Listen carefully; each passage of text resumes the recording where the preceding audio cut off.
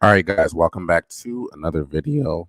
So in this video, we're going to actually be working with some code inside of our upload service. So this diagram that I have on the screen is just showing you an overview of what the upload service is, what paths we're going to take. We're going to be taking the path of the URL/uploads. We have a method called post and also a get method. When we post our upload, we want to make sure we post the title, which is going to be a string, to our body.json, or request body, I should say. And our goal here with both of these requests is to, number one, create an upload with a title, and number two, to retrieve all of the uploads that we've made. So I'm going to just start some boilerplate here, and then we'll actually make this functional eventually. So for now, I'm just going to go to my code sandbox, and you're going to see that I'm listening on port 8080. For now, it's saying it cannot get. That's just not updated because we practice with this a little bit, and sometimes it doesn't update right away. So what you need to know is that we have several additional dependencies that we need in order to make this work, in order to make this functional. So in order to make this functional, we need other packages. And some of those packages you may already be familiar with. So we already installed Axios. We already installed Cores. And we had to add Express in order to use Express. We also added a package called Random Bytes. And I'll show you how to use all of these packages now. So the first thing we need to do is start using our body parser.json. So what I'm going to do now is I'm going to create another variable, and I'm going to call it body parser. I'm going to set it equal to require body-parser.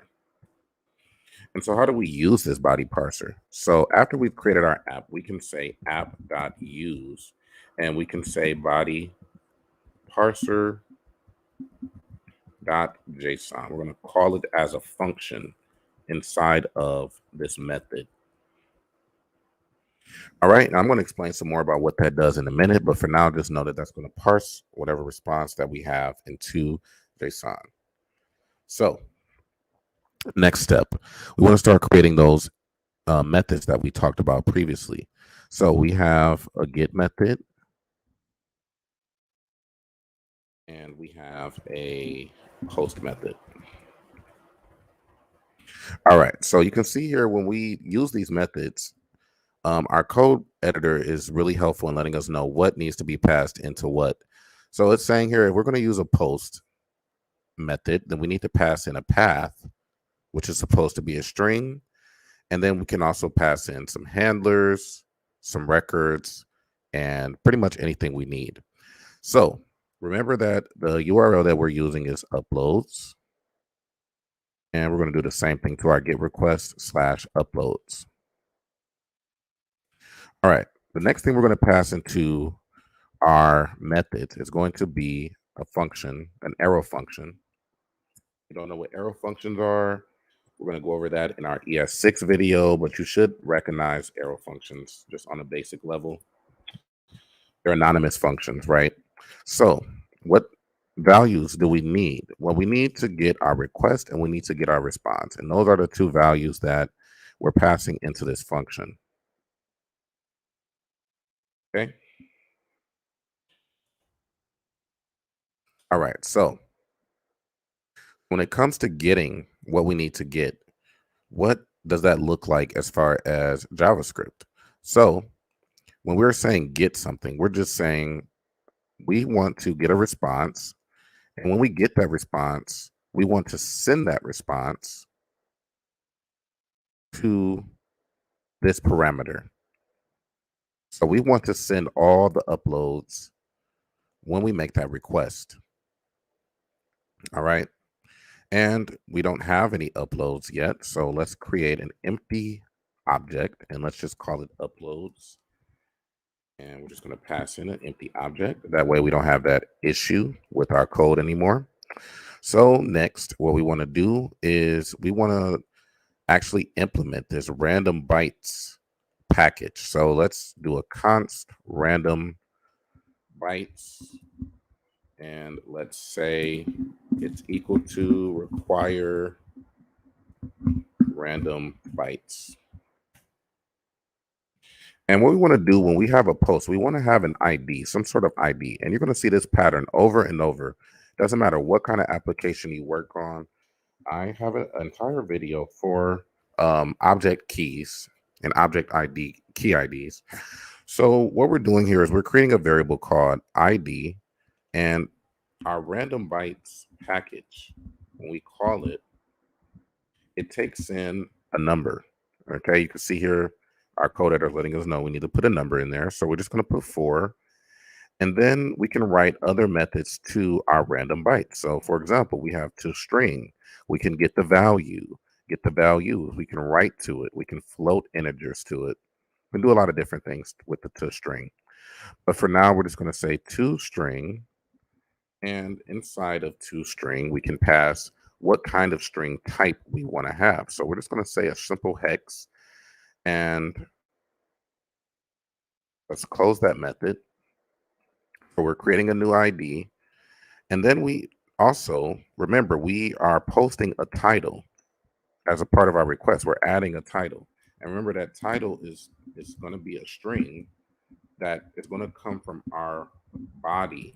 And that body is actually on that request object. Okay.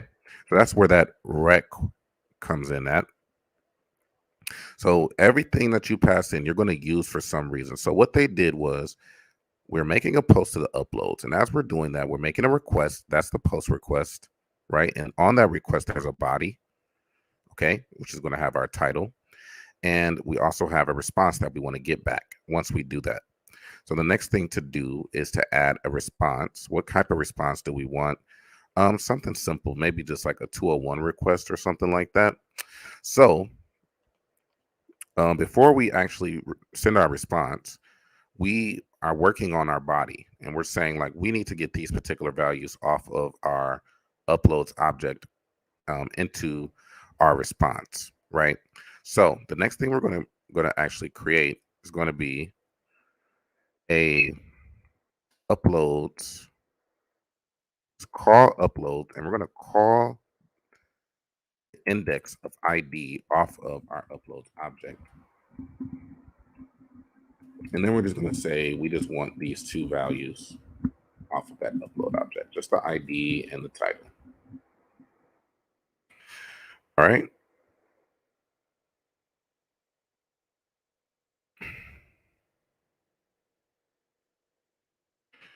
All right. So the next and last thing we're going to do is create a response that we want to send. So we're going to say response.status, and inside of status, you can pass in the status code. So in this case, we're going to pass in a 201 status code, and we want to send that code, send that response, I should say, not the code, send the response to that particular ID. So we're going to call uploads again. We're going to call the index of ID.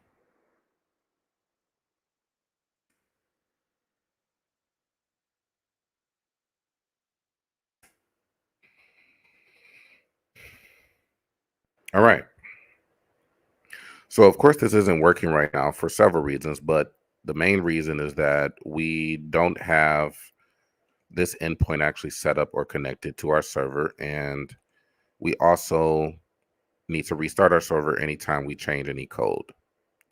So hold on, we need to fix something. Okay, I think that's fine now.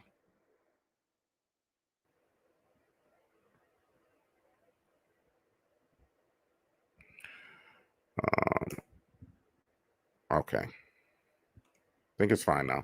All right, so just save this file. Put your changes to GitHub.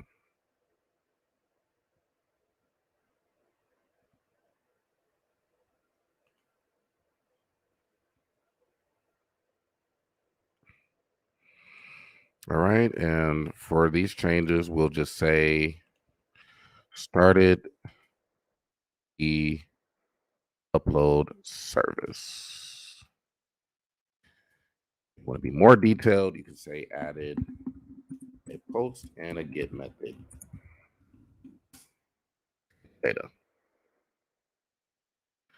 All right, so in order to make our changes, we have to create a new branch. Okay. And let's see.